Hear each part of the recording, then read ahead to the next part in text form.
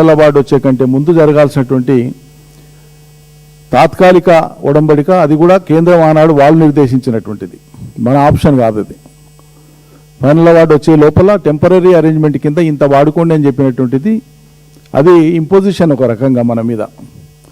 పోనీ దానికి కట్టుబడైనా ఆ నీటి పంపకం జరుగుతుందా ఏటా ఫైనల్ అవార్డు వచ్చే వరకు, ఫైనల్గా నీళ్లు రెండు ప్రాంతాల మధ్యలో సమవిభజన జరిగేదాకా, అర్హతను బట్టి విభజన జరిగేదాకా న్యాయబద్ధంగానే సూచించినట్లే వాడుకుంటున్నారా అంటే అది లేదు. బుల్డోజ్ చేసి వాడేసుకుంటున్నారు వాళ్ళు నీళ్లు. నీళ్లు వాడుకోవాలంటే ఇండెంట్లు పెట్టాలి, బోర్డు అనుమతి తీసుకోవాలి, శ్రీశైలం నీళ్ళు వాడుకోవాలన్నా సాగర్ నీళ్ళు వాడుకోవాలన్నా. కానీ ఆంధ్రప్రదేశ్ రాష్ట్రం అవతల నీళ్లను యథేచ్ఛగా తరలించుకొని పోతా ఉంది. తెలంగాణ ప్రభుత్వం ఏమో చూద్యం చూస్తూ ఉంది. అడాక్ అరేంజ్మెంట్ కింద ఉండేటువంటి వాటర్ అరేంజ్మెంట్లో కూడా గత 2 సంవత్సరాలు, మొన్నటి వానాకాలం అంతకుముందు వానాకాలం 2 సంవత్సరాలలో కూడా ఎన్నడూ లేనంత అతి ఎక్కువగా ఆంధ్రప్రదేశ్ నీళ్లను తీసుకొని పోతే తెలంగాణ ప్రాంతం మాత్రం, తెలంగాణ రాష్ట్రం మాత్రం అతి తక్కువగా నీళ్లను వినియోగించుకున్నది. ఇది తెలంగాణ ప్రభుత్వం యొక్క చాతగాంతనానికి నిదర్శనం. ముఖ్యమంత్రి ప్రశ్నించాడు, అదేవిధంగా కేంద్రానికి రాయాల్సినటువంటి లేఖ రాయడు, అపెక్స్ కౌన్సిల్ని పెట్టండి అని డిమాండ్ చేయడు. ఏం నడుపుతున్నారు వీళ్ళు అసలు? మరి నల్గొండ జిల్లాలో, మా పాలమూరు జిల్లాలో ఇలా వేసుకునేటువంటి పంటలన్నీ కూడా నోటికాడికి వచ్చినాయి. వరి చేలు కానీ, మక్క చేలు కానీ, రకరకాల పంటలు నోటికాడు ఉన్నాయి. ఏప్రిల్ 2-3 వారాల దాకా కనుక నీళ్ళు ఇవ్వకపోతే ఈ పంటలన్నీ కూడా నాశనం అయిపోతాయి, రైతుల నోట్లో మట్టి పడుతుంది. పెట్టినటువంటి లక్షల కోట్ల రూపాయల పెట్టుబడులన్నీ కూడా వృధా అయిపోతాయి. ఇప్పటికే కరెంటు లేక, మీరు ఇస్తా అన్నటువంటి రైతు బంధు లేక నానా రకాలుగా ఇబ్బందులు పెట్టంగా కూడా రైతులు వాళ్ళంతటా వాళ్ళు తిప్పల పడేసుకునేటువంటి పంటలు కూడా నోటికాడికి వచ్చే పరిస్థితి లేకుండా, మీ చాతగాంతనం వల్ల, మీ అశ్రద్ధ వల్ల, లేదా అవతల ప్రాంతానికి యథేచ్ఛగా పోతున్నా కూడా ఆపేటువంటి సోయి లేక ఇలా రైతుల్ని బలి పెడుతున్నారు. ఏం నడుపుతున్నట్లు మరి? మీరు సర్కార్ నడుపుతున్నారా, సర్కస్ నడుపుతున్నారా? ఒకరికి కూడా సీరియస్నెస్ లేదా? పాలమూరు నల్గొండ జిల్లా ప్రజల జీవితాలు ఏం కావాలి అసలు ఇవాళ? అతి తక్కువగా నీళ్లు వాడుకొని గురుదక్షిణ చెల్లిస్తారా? తెలంగాణకు నీళ్లను తక్కువ వాడుకోవడం మూలంగా, ఆంధ్రాకు నీళ్లను ఎక్కువ వేయడం మూలంగా వాళ్ళ గురుదక్షిణ చెల్లిస్తారా? ఏంటి అసలు మీరు చేస్తున్నటువంటిది? కేఆర్ఎంబి కేంద్ర పరిధిలో ఉన్నది, కేంద్ర ప్రభుత్వం ఏర్పాటు చేసింది, కేంద్ర ప్రభుత్వ అజమాయిషీలో ఉండేది. ఇప్పుడు కేంద్ర ప్రభుత్వానికి సంబంధించి ఇక్కడ 2 మంత్రులు ఉంటారు, కేంద్ర మంత్రులు, కిషన్ రెడ్డి గారు, బండి సంజయ్ గారు. ఒకనాడు కూడా నీళ్ల గురించి, తెలంగాణలో నీటి కష్టాల గురించి, ఆంధ్ర వాడుకున్న దాని గురించి, తెలంగాణ తక్కువ వాడుకుంటున్నది, తెలంగాణ ప్రభుత్వ యొక్క అచేతన స్థితి గురించి ఈ 2 కేంద్ర మంత్రులు ఒక్కనాడు కూడా నీళ్ల మీద మాట్లాడారు, ఒక్కనాడు రైతాంగ సమస్యల మీద మాట్లాడారు. మరి ఏం చేస్తున్నట్లు మీరు? ఒక్కనాడైనా మాట్లాడకపోతే మీ పాత్ర ఏందన్నట్లు? అదేవిధంగా రివర్ వాటర్ను దేన్నైనా సరే ఇంటర్ బేసిన్ ట్రాన్స్ఫర్ చేసుకోవాలనుకున్నప్పుడు, ఒక బేసిన్ నుంచి ఇంకో బేసిన్కు ట్రాన్స్ఫర్ కావాలంటే ఖచ్చితంగా అది వయలేషన్ కింద వస్తుంది, అనుమతులు లేకుండా చేస్తే. ఇలా ఆంధ్రప్రదేశ్ ప్రభుత్వం చేస్తున్నది ఏంది?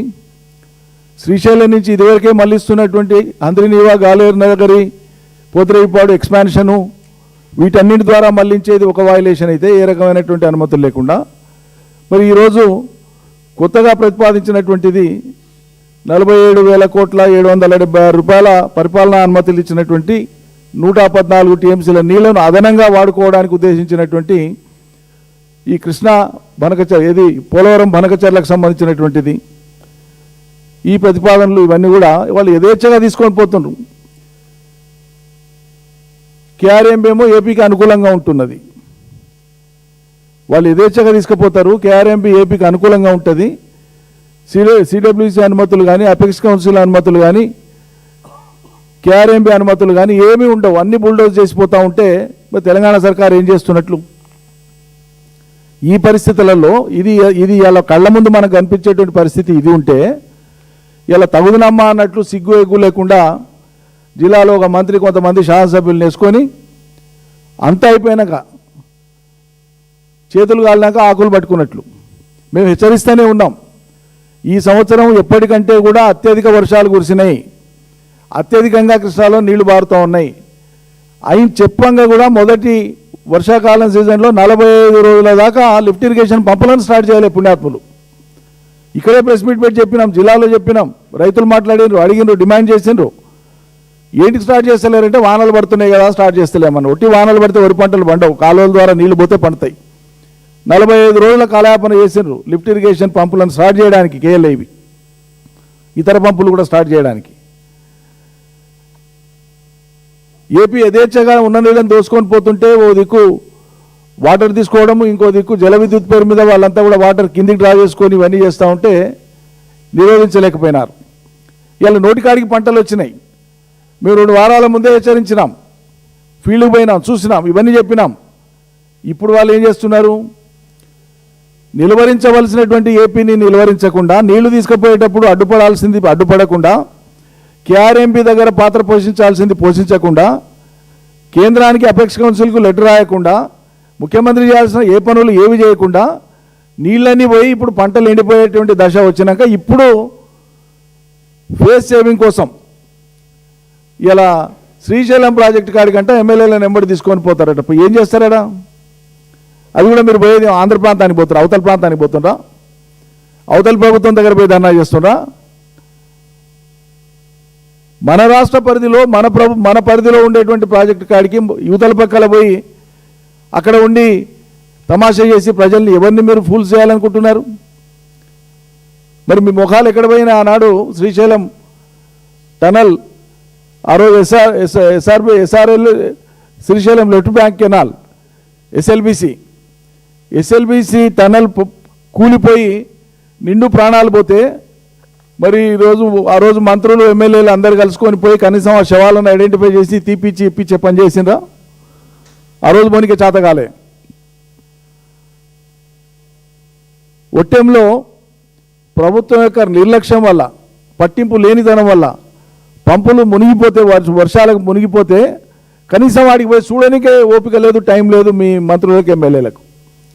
ఇరిగేషన్ శాఖ మంత్రి అనేక విమర్శల తర్వాత ఒకనాడు వచ్చి అది కూడా పంపుల దాకా పోకుండా దూరం నుంచి అటు నుంచి అంటే బయట నుంచి బయట వెళ్ళిపోయాడు.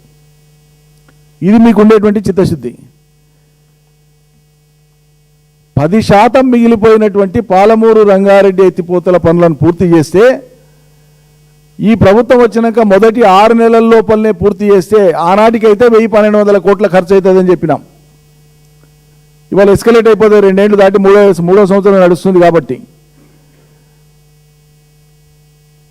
10% పనులను కంప్లీట్ చేస్తే 12.5 లక్షల ఎకరాలకు నీళ్ళు వస్తాయి, సస్యశ్యామలంగా పంటలు పండుతాయి. ఏంటంటే చేతిలో రిజర్వాయర్లు పెట్టుకొని, పంపింగ్ స్టేషన్లు పెట్టుకొని, పూర్తయిన పనులను అన్నింటిని పెట్టుకొని వరద సముద్రంలోకి పోతూ ఉంటే కళ్ళప్పగించి చూస్తూ 6-7 మాసాలు 1200 కోట్లు ఖర్చు పెట్టి నీళ్లు మల్పనికే చేత కానటువంటి వాళ్ళు వీళ్ళంట ఇలా పంటలు ఎండిపోతుంటేనంటే అయిపోయిన నీళ్ళకి, వెళ్ళిపోయిన నీళ్లకు, చేతిలో లేని నీళ్ల కోసం పోయి ఇలా ఆడ ధర్నా చేస్తారట.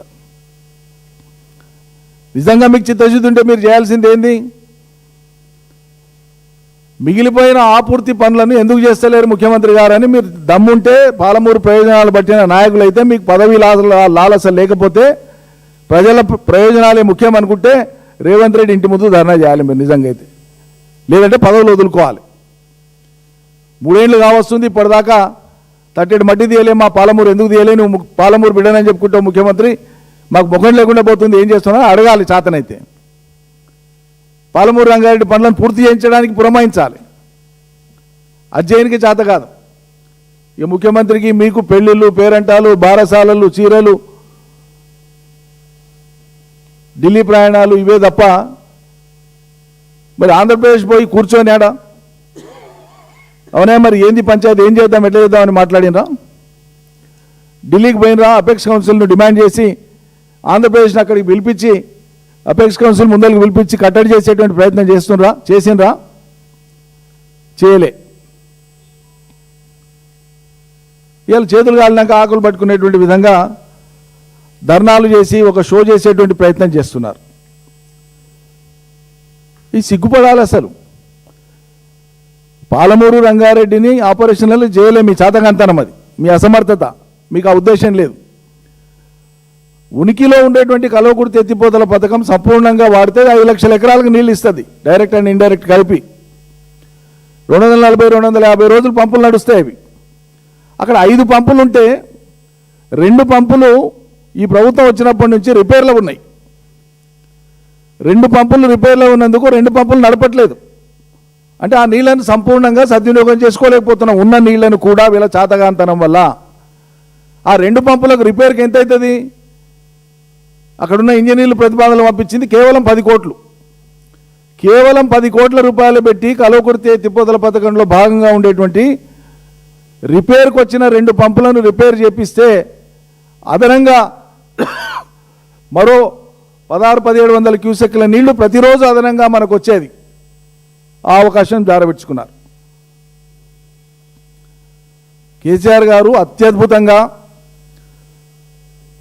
కృష్ణకు అవతల ఉండేటువంటి అలంపూర్ గద్వాల నియోజకవర్గాల్లో ఉండేటువంటి సాగునీటి వ్యవస్థ ఏటికి అవతల ఉంది కాబట్టి అది సపరేట్. అది ఆ వ్యవస్థను పెట్టి రివర్కి యువతల ఉండేటువంటి అన్ని ప్రాజెక్టులు, అటు పాలమూరు రంగారెడ్డి కానీ, కేఎల్ఐ కానీ, అదేవిధంగా భీమా ఫేజ్ 1 ఫేజ్ 2 కానీ, కోయిల్ సాగర్ కానీ, వీటన్నింటికీ పాలమూరు రంగారెడ్డితో ఇంటగ్రేట్ చేసి ఒక ఇంటగ్రేటెడ్ అప్రోచ్తోన సాగునీటి వ్యవస్థను డెవలప్ చేయడానికి పూనుకొని చాలా మటుకు పనులు పూర్తి చేసినారు.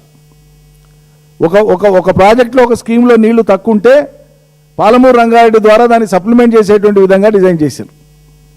ఉదాహరణకు జూరాలలో ఈ ప్రభుత్వం ఈ సంవత్సరం వానకాలం పంటలు అయిపోగానే క్రాప్ హాలిడే ప్రకటించింది నీళ్లు లేవని. కానీ కేసీఆర్ ఆలోచన ఏంటి? శ్రీశైలంలో మన సోర్స్ ఉంది కాబట్టి పాలమూరు రంగారెడ్డి ద్వారా ఎత్తిపోసేటువంటి ఆ పంపుల నీళ్లు కరువణ ద్వారా, ఉద్దండాపూర్ ద్వారా మళ్ళీ అవి కిందికి వచ్చి మళ్ళా జూరాల దాకా ఆ నీళ్లు వచ్చేటువంటి విధంగా డిజైన్ చేసినారు. కాలువలు ఆ రకంగా ప్లాన్ చేసినారు. ఈ పుణ్యాత్ముడు వచ్చినాక కొడంగల్ నారాయణపేట కోసం ఉద్దేశించినటువంటి ఆ కాలువల్ని క్యాన్సిల్ చేసేసి, టెండర్ పిలిచిన కాలువల్ని క్యాన్సిల్ చేసేసి పాలమూరు రంగారెడ్డికి వెళ్ళి వద్దు, మాకు మేము సపరేట్గా జూరాలకు వెళ్ళి ప్రత్యేకంగా పెట్టుకుంటామని కేసీఆర్ ఏమో 1,30,000 ఎకరాలకు 2 పంటలు పండడానికి కొడంగల్ ప్రాంతంలో 1,30,000 ఎకరాలకు 2 పంటలు పండడానికి పాలమూరు రంగారెడ్డిలో భాగంగా దాన్ని డిజైన్ చేసి పెడితే, టెండర్లు పిలిస్తే అది క్యాన్సిల్ చేసి ఇలా కేవలం 60,000 ఎకరాలకు 1 పంట కోసం మాత్రమే జూరాలకు వెళ్ళి పెట్టించిండు రేవంత్ రెడ్డి. ఏది మేలు జరిగేది? ఒక సమగ్రమైనటువంటి దృక్పథంతోనో, ఒక ఇంటగ్రేటెడ్ అప్రోచ్తోన చుక్క చుక్క ఒక్కొక్క బొట్టు వృధా కాకుండా ఎత్తిపోసిన నీళ్లు జూరాలలో అయిపోయినటువంటి పరిస్థితులలో జూరాల మీద ఆధారపడినటువంటి ప్రాజెక్టులకు కూడా పాలమూరు రంగారెడ్డి నీళ్లు అందేటువంటి విధంగా ఒక అద్భుతమైనటువంటి ప్రణాళిక రూపకల్పన చేసి నోటికాడికి తెచ్చి పెడితే ఇలా మీరు తినేటువంటి అన్నంలో రాళ్ళు పోసినట్టు పనిచేసినారు. అది మొదలుపెట్టి అది కంప్లీట్ చేయరు. బ్యాలెన్స్ మనీ 10% ఉన్న నీళ్ళను వాడుకునేటువంటి తెలివి లేదు. ఈ రకంగా 3వ సంవత్సరంలో పడ్డాక కూడా 6-7 మాసాల్లో పూర్తి కావాల్సినటువంటి పాలమూరు రంగారెడ్డిని చేపట్టకుండా, దాని పనులను పూర్తి చేయకుండా ఇలా పాలమూరు రంగారెడ్డి నల్లగొండ జిల్లా రైతాంగం యొక్క ప్రయోజనాలను బలిపెట్టి ఇలా ఆంధ్ర ప్రయోజనాల కోసమే పరోక్షంగా పనిచేస్తున్నది ఈ సర్కార్. ఆ ప్రాజెక్టుకు సంబంధించి, పాలమూరు రంగారెడ్డి ప్రాజెక్టుకు సంబంధించినటువంటి అన్ని రకాల అనుమతులు 95% అనుమతులన్నీ మా కాలంలో పూర్తి చేసినాం. ప్రభుత్వం పోయినాటికి జస్ట్ 5% ఆఫ్ పర్మిషన్స్ మాత్రమే ఉండినాయి. అవి లాంఛనాలు. అవి కూడా దేనికే చేతగాక ఇలా మొత్తానికి మొదటికి తీసుకొని వచ్చి డిపిఆర్ వాపసు వచ్చేటువంటి పని చేసి పెట్టినారు. అవతలనేమో ఏ డిపిఆర్ లేకుండా వాళ్ళు గోదావరి బనకచర్ల లింక్కి సంబంధించినటువంటి పనులు యథేచ్ఛగా వాళ్ళు ఇష్టారాజ్యంగా చేసుకుంటూ పోతున్నారు.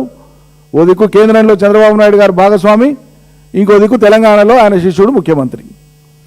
శిష్యుడికి సలహాదారుడు ఆంధ్రా నుంచి వచ్చినటువంటి ఆదిత్యనాథ్ దాస్ అధికారి. ఇక జెన్కోకు, రెడ్కోకు, ట్రాన్స్కోకు కూడా ఆంధ్ర అధికారులను తీసుకొని వచ్చి వాళ్ళ పెత్తనం కింద తెలంగాణ ఉద్యోగులను పనిచేయించేటువంటి ఒక దుర్గతి ఇలా తెలంగాణలో మనం చూస్తూ ఉన్నాం. కాబట్టి గతంలో ప్రజలు కూడా గుర్తెరిగినారు, తెలుసు. 50-55 ఏళ్ల కాలంలో ఒక్క పాలమూరే తీసుకుంటే వాళ్ళు కట్టినటువంటి అన్ని ప్రాజెక్టులు, సర్వ ప్రాజెక్టులని మేము జబర్దస్తుకొని మాట్లాడేటువంటి అన్ని ప్రాజెక్టుల కాడ కూడా పూర్తి చేయకుండా మేము వచ్చి పూర్తి చేసినాకనైనా అన్నీ కలిపి వాళ్ళు పెట్టినటువంటి స్టోరేజ్ కెపాసిటీ, పాలమూరు అవసరాల కోసం వాళ్ళు పెట్టిన స్టోరేజ్ కెపాసిటీ ఎంత? 25 టీఎంసీలు లేవు అన్నీ కలిపి. జూరాల, నెట్టెంపాడు, భీమా ఫేజ్ 1 ఫేజ్ 2, కోయిల్ సాగరు, కేఎల్ఐలో ఎల్లూరు, జోనల్బొగడ, గుడిపల్లి ఇవి అన్నీ కలిపితే కూడా 25 టీఎంసీలు గతి లేవు. ఏది 50-55 ఏళ్ల కాలంలో మీరు కట్టిన అన్ని ప్రాజెక్టుల కింద మీరు ప్రతిపాదించినటువంటివి పూర్తి చేసినటువంటి ఏంటి అంటే 20-25 టీఎంసీల నీళ్ళకు కూడా సరిపోయిన రిజర్వాయర్లు కట్టలే. దాదాపు 35 లక్షల ఎకరాల సాగు భూమి యోగ్యంగా ఉన్న ఒక్క పాలమూరు జిల్లాలోనే మీరు చేసిన పాపం అది. కానీ అదే కేసీఆర్ వచ్చినాక ఏం చేసిండు? మీరు పెండింగ్లో పెట్టిన పూర్తి చేయడంతో పాటు ఒక్క పాలమూరు రంగారెడ్డి కిందనే 70 టీఎంసీల రిజర్వాయర్లను కట్టిపడేసిండు. అయిపోయింది. రిజర్వాయర్లను కట్టి నోటి కాడ పెడతానంటే, పంపులను పెట్టి అన్ని పెడతానంటే నీళ్లు నింపుకొని నీళ్ళు ఎన్నిక చేతగానటువంటి అసమర్థ సర్కార్ ఇది, చేతగాని సర్కార్ ఇది. ఈ చేతగానితనాన్ని కనీసం ఆ జిల్లాలో ఉండేటువంటి మంత్రులు కానీ ఎమ్మెల్యేలు కానీ ఇది పూర్తయితే భావితరాలు బాగుపడతాయనేటువంటి దృక్కోణం లేదు వాళ్ళకి. అస్తమానం వ్యక్తిగత విమర్శలు, అస్తమానం రాజకీయ విమర్శలే తప్పిస్తే ప్రజల కోణం లేదు ఎక్కడ కూడా. ఉంటే వాళ్ళు కట్టగట్టుకొని ఒకసారి పోయి పాలమూరు రంగారెడ్డిని ఎందుకు పూర్తి చేస్తలేరని అడగాలి కదా. ఈడ పెట్టేది లేకుండే, దూరాలనే పెట్టేది ఉండే, తలా తోకలేని మాటలు మాట్లాడిన అన్నీ అలా అవన్నీ అభాసు మాటలని తేలిపోయింది. బాగలేదన్న పాలమూరు రంగారెడ్డికి వెళ్ళే డిండికి ఒక స్కీమ్ను పెట్టి అది ఆయన బామర్దికి ఇచ్చుకుంటాడు ముఖ్యమంత్రి టెండర్ 1800 కోట్లతోన. ఈ పాలమూరు పనికే రాదని దానికే వాళ్ళ మామ జయపాల్ రెడ్డి గారి పేరు పెడతాడు పాలమూరు రంగారెడ్డికి. ఈ ద్వంద్వ ప్రమాణాలు, ఇవి ద్వంద్వ నీతి.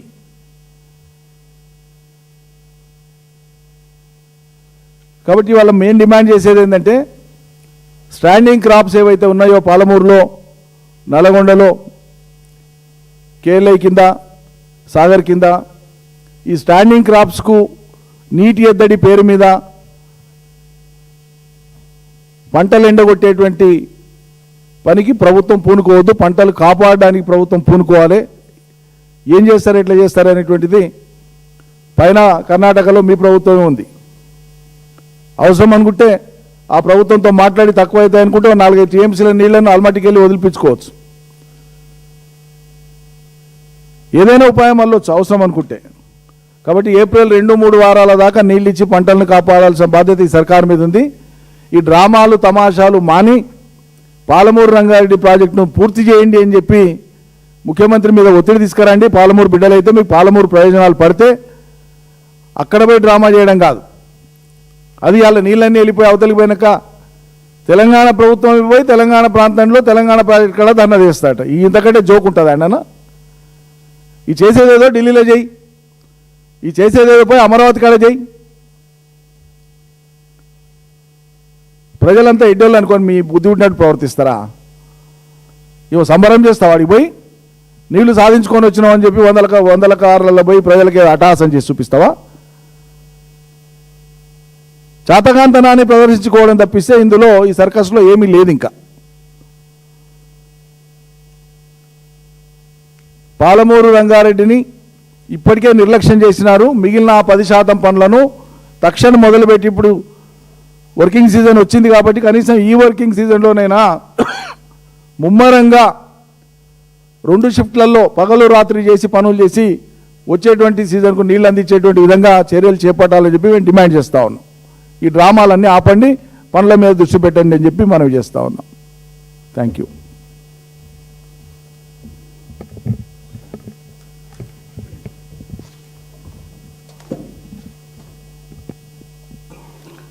పెద్దలు గౌరవనీయులు మాజీ మంత్రివర్యులు శ్రీ సింగిరెడ్డి నిరంజన్ రెడ్డి గారికి కేవలం పాలమూరు రంగారెడ్డి ప్రజలు మాత్రమే కాదు, తెలంగాణ ప్రజలందరి తరపున హృదయపూర్వక ధన్యవాదాలు. చాలా కీలకమైన అంశం ఈరోజు ప్రజల దృష్టికి తీసుకొచ్చినందుకు.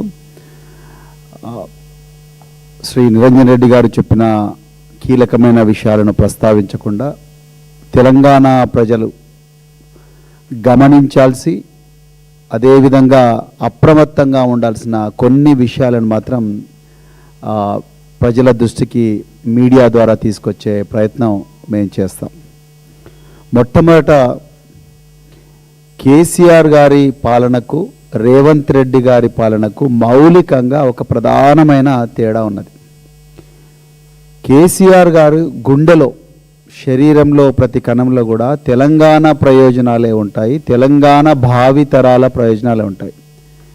రేవంత్ రెడ్డి గారికి ప్రతి కణంలో, మెదడులో, మస్తిష్కంలో, ప్రతి చోట కూడా ఆయనకు తన స్వప్రయోజనాలే ఉన్నాయి, ఆంధ్ర ప్రాంత ప్రయోజనాలే ఉన్నాయి. ఇది మౌలికంగా తెలంగాణ ప్రజలు గమనించాల్సిన అంశం. నిజానికి ఆరాటం అంటే కేసీఆర్ గారు ముఖ్యమంత్రి అయినప్పటి నుంచి మేము ప్రభుత్వంలో ఉన్నాము, అధికారిగా వారిని చూస్తున్నాము. ఆరాటం అంటే ఎట్లుంటుందంటే కేసీఆర్ గారిది, ఒకసారి ఒక నదిని మానవ మాత్రుడు చేయలేనది, ఇన్ఫ్యాక్ట్ దేవుళ్ళు కూడా తలుచుకుంటే కాని పనిని కేసీఆర్ గారు ఒక నదిని లిఫ్ట్ చేసి గ్రావిటేషన్కు వ్యతిరేకంగా